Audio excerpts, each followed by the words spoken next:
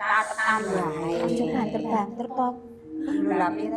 Kowe iki lho, lah wong aku ki wong pengen ngerti sini buku sing ngono gambare kuwi kok masa yo ora entuk.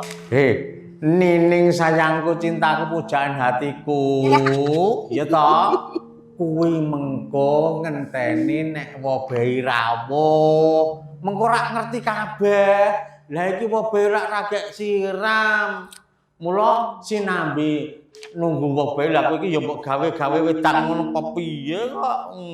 Malah ngolah-alik buku dudu barange. Lah wong wedange lho. Wis cemepak kok isih kon gawe wedang. Iki lho. Wah, jabang bayi. Wong nek ora Sugeng dalu. wah monggo. Wah, lah kok ya Siram jangan kok. Ayo sawetara iki mau rada kewengen. Dalu-dalu Lah wadus iki rada kewengen. Mengke Siwa iki rada pilek iki wis pilek dadi. Oh, lah nggih. Lah nggih, ampun dalu-dalu mengke ndak pilek kok. Wah, Ih, pun ditenggawa niku wakat sawan. iki nggone sapa iki? Lah, niki. Kene. Oh. Ya. Padha di. Iki wau nining pun ngolah-alik. Ayo wis meh. Oh, Iki Lah aku nek duka kula kurang. iki ngene ya kanca-kanca. Nggih kados pundi Bapak? Iki marengi wulan sura. Oh nggih. Dadi kang rinembuk jroning geguritan iki adoh saka babakan suran kuwi mau. Lah sura iku mau ya tumrap wong Jawa sinebut sasi kang wingit utawa sakral. Ning kono pengetan sing dipengeti apa to sura iku mau mengeti rikala panjenengan Kanjeng Sultan Agung Hanyakrokusuma rikala taun 1554 marang 8 Juli 1533 Masehi yasa kang sinebut taun Jawa. Sebab sadurunge Kanjeng Sultan Agung sing dienggo wong Jawa iku mau taun Saka. Oh, ngoten. Taun Saka lah. Pas kuwi ya, taun Saka kuwi mau ya. Marangi taun 1954 Saka. Nah, nek taun Hijriah 1043 Hijriah. Ya toh? Nah, dening Kanjeng Sultan Agung Hanyakrokusuma gandeng nyan iki wong nata najan Islam ning banget anggone kepengin nguri-uri nglaluri budaya Jawa. Panjane moh niru taun Londo atau taun Masehi ning yasa dhewe taun Jawa. Taun Jawa. Kanthi sasi nek taun Jawa iki mau Sura Sapar Mulut Bakda Mulut Madilawal Madilakhir Rejeb Ruwah Poso Sawal Selo Besar. Lah nek dina-dina niku pasaran. Dina kang sadurunge sinebut ya sadurunge iki mau Soma, Anggara, Buddha, Respati, Sukra, Tumpak, Dite, Dilih. Wong jaman kuwi nganggo dina Arab. Oh, nggih. Isnen, Salasa, Arba'ah, Dilih, dina Senin, Selasa, Rebo, Kemis, Jumat, ya toh? Sabtu, Ahad. Oh, senes dina pasaran ta niku iki. Ya. Kuwi dina Saptawara, pasarane ya ngono. Wonten Pasarane ya diagem. Ya iku mau legi paing pon wage kliwon. Ya toh? Lah nggih.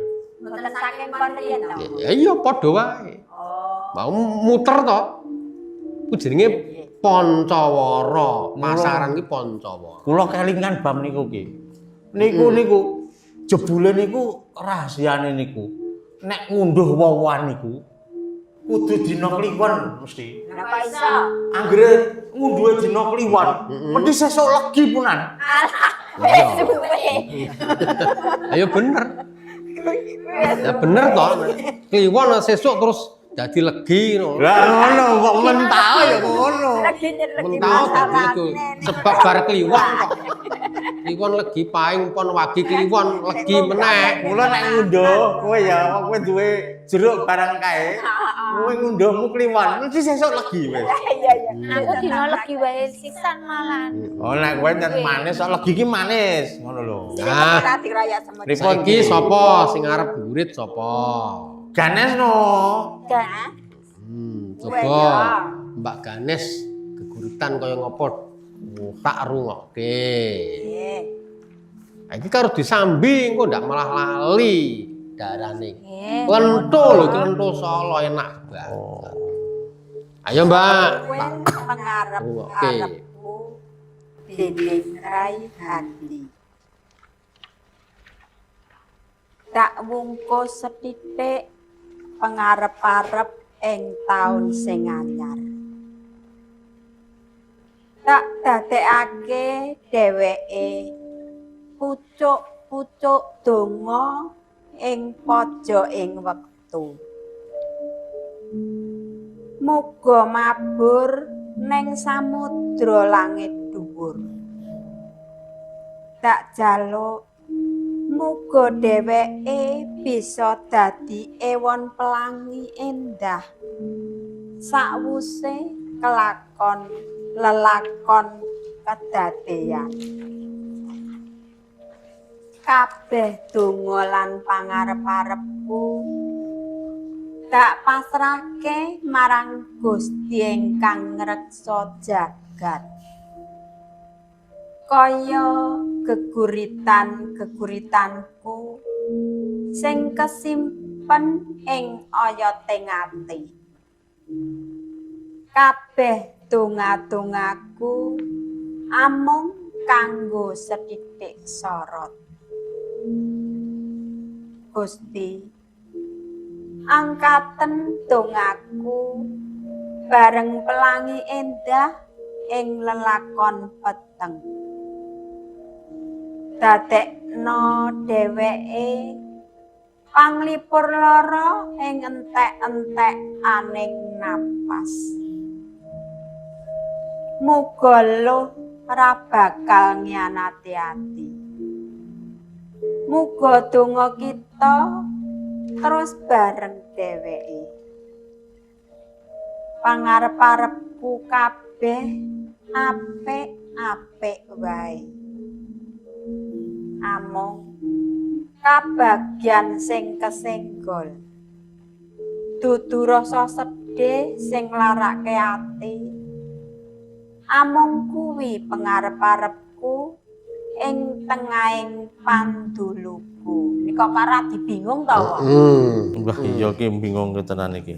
Ya, Paning kang jenenge geguritan to puisi Jawa Anyar. Iki yen ekspresi saka pengarang iki sing paling ngerti ya sing yasa. Sebab kang sinebut geguritan iku mau cetusan perasaan. Ana uga perasaan iku mau sing winadi, mula disamun-samun dadi sing maca iku mau dadi kurang mudeng. Padha karo wong biyen ku yo disamun-samun ora mloho. Aman. Sluku-sluku bathok-bathoke ela-elo. Si Rama menyang Solo le-ole payung muthong. Suku-suku bathok ki apa, Jan? Ki mau sinamun ning samudana. Ana meneh, ngono kuwi akeh banget, ya to. Akeh banget. Kembang jagung omah kampung pinggir lurung. Jejer telu sing tengah bakal omahku. Kempo munggah guwa medun ning bon raja. Methik kembang suka dicaoske Kanjeng Raja. Kuwi rak yo bingung ki Lah nggih to. Ana suka, ana kempo, ana. Ah, kuwi sinamun ning samudana. Sebab karya seni iki mau cetusan perasaan. Aku Mbak Nining arep matur apa mau? Nggih, kula ugi badhe geguritan mawon.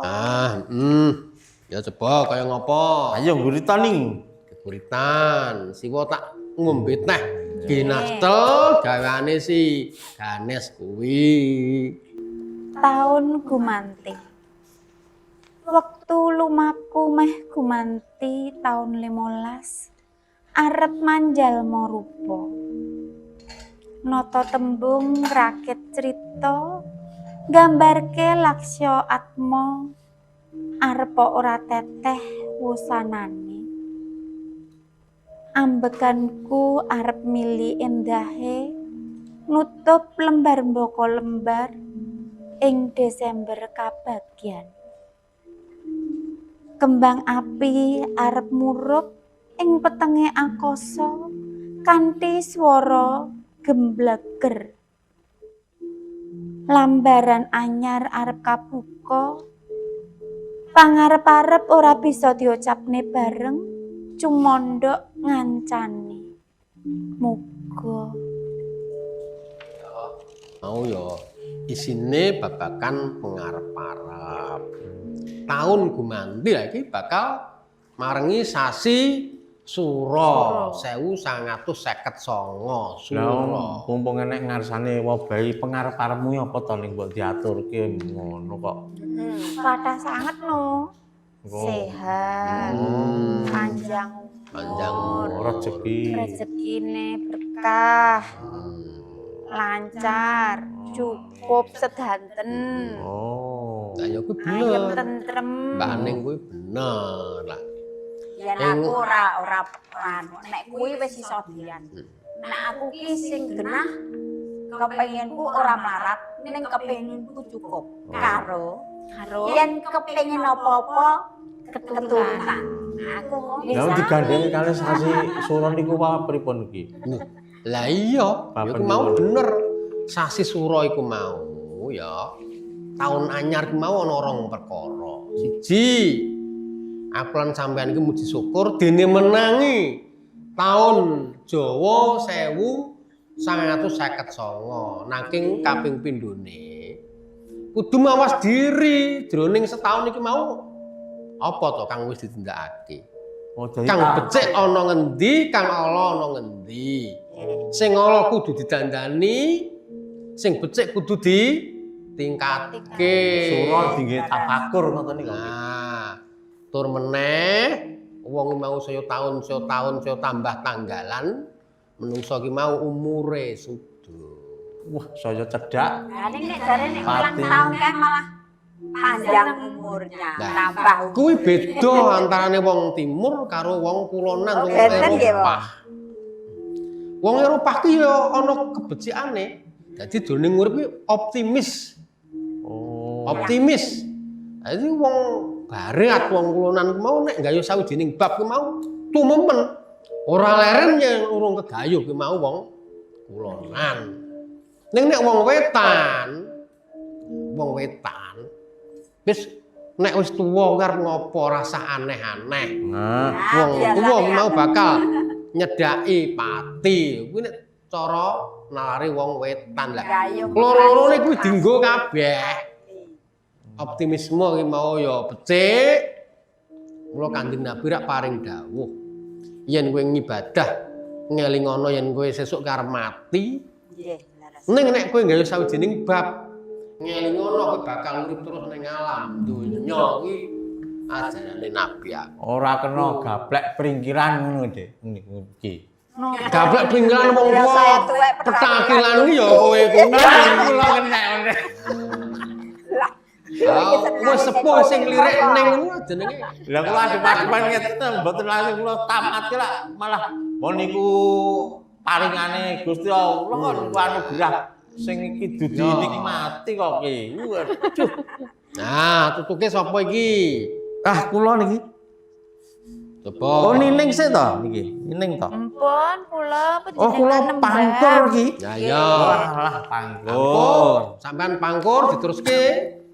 Diteruske ladrang pangkur rama dadi. Sing rada banter ya, kuwi mau penyunane gendere sing rada banter.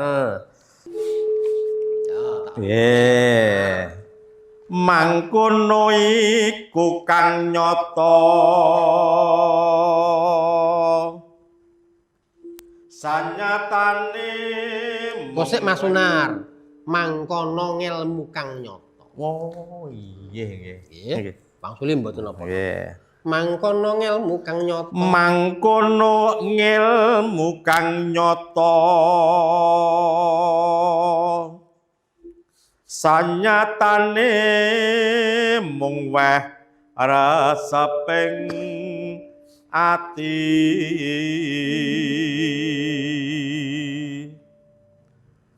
bunga hingaran cupluk sugeng tias yen den ina nora kaya si pengung anggung gumunggung ukungan sadina-dina aja mangkono wong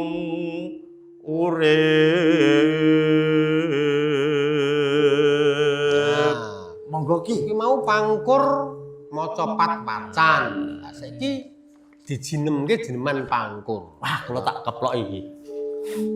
Mangkono ngelmu kang nyata sanyatane mung reseping ati bunga ingang ranan cupluk sukeng tias yen den ina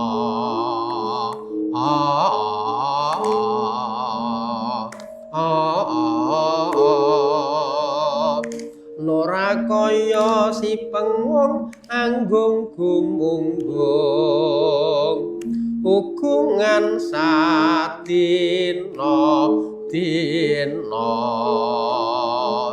aja mangkono wong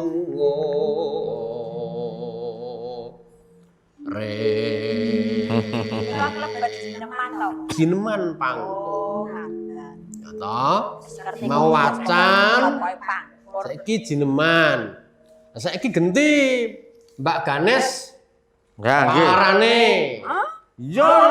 Ah, cocok ning. Ayo, Nes. genderane Mas Bimo kuwi kaya ngopo nek palaran ngono to mangkono ngelmu kang nyata Tung tung tung. aku yen Ndang. ayo Ayo, gender Nes. bae Suaramu, Nes. Ya aku suwe ramuni. nah coba Ya aku tak tutuk gen muni kowe. tutuk yo munine muni kain-kain Adek kaya kirik sampean lho. Kula wiwiti nah nggih. coba kaya ngopo Mangkono ngilmu kang nyata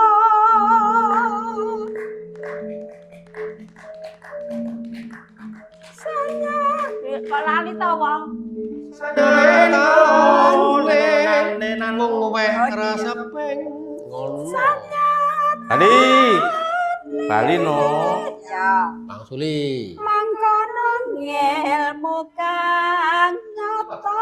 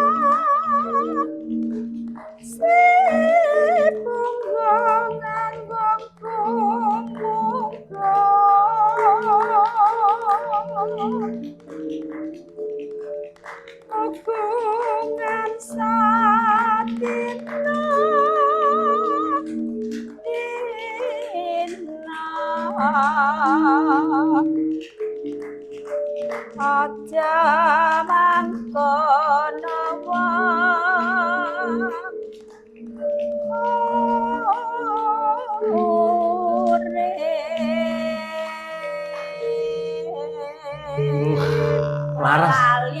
apik tenan. Palaran laras tenan Bingung ya. aku. Iya. Palaran Mau laras. palaran pangkur nganggo cengkok hasta kuswala. Ngoten to. Cengkok hasta kuswala. Lah cengkok Motopati akeh ora mung hasta kuswala. Cengkok Kadang sumirat, cengkok sing milangi minatan. iku Oh, lah. Iki pangkur pethikan saka serat Wedhatama Yasan Dalem Kanjeng Gusti Sri Mangkunegara papat. Terus patute sapa? Niki anu mawon niki Mas Sunar niki to diganti karo Mbak Nining niki malam tahun Lho anyar. mboten sak, wau kula pun malam tahun anyar. Oh, guritan meleh niki. Ya. Ya pengko ngisore ra apa-apa. Nah, kok isih ana wektune kok Mas Sunar. Oh, nggih. Sore monggo. Oh, ngaten. Coba kaya apa Mas Sunar ngurit. Ngurit malam tahun anyar sing sedih. Waduh. Dening Raihandi. Ing wengi iki sorot ilang. Gembleger gawe blereng. Wewayangan ireng pas neng ngarep mripatku. Peteng dedet awak. Aku neng kene remuk. Tata sing waspa tiba pas telapakan sikilku. Atusan ndak usap ewon tumiba. Aku mingsek kaya bulan ing dhuwur mendung. Hamung sedih kang tak rasa keronta-ronta. Rikalane kabeh wong padha seneng, aku mung bisa ngeling-eling marang sawijining wengi. Selehno saengga lara iki ilang. Gusti, tulung aku ing ngisor kene. Aku ngrintih bengok ing separo wengi. Aku dhewekan ing kene ngusap eluh. Apa ana sing gelem nulungi aku? Sugeng taun anyar sedulur. Sugeng taun anyar. Tingkang aku malah melu nangis aku. Lah aku ki nek ra dedet ngeten iki malah krasa kok. Niki ra rasane niki rasane wong ra dedet niku lho iki. Bocah arep sekolah, dia terah gablek terus niki njaluk sapa ngoten. Beras entek. Lah, Berhasil bojone ngomel. lah nggih. morot Kaya meh dina kiamat ya. Yo, Kukut zamane kaya. Ning kabeh ki mau iso dipecahne to Mas Sunar. Dadi ora ana bab sing tanpa pamudaran ora ana.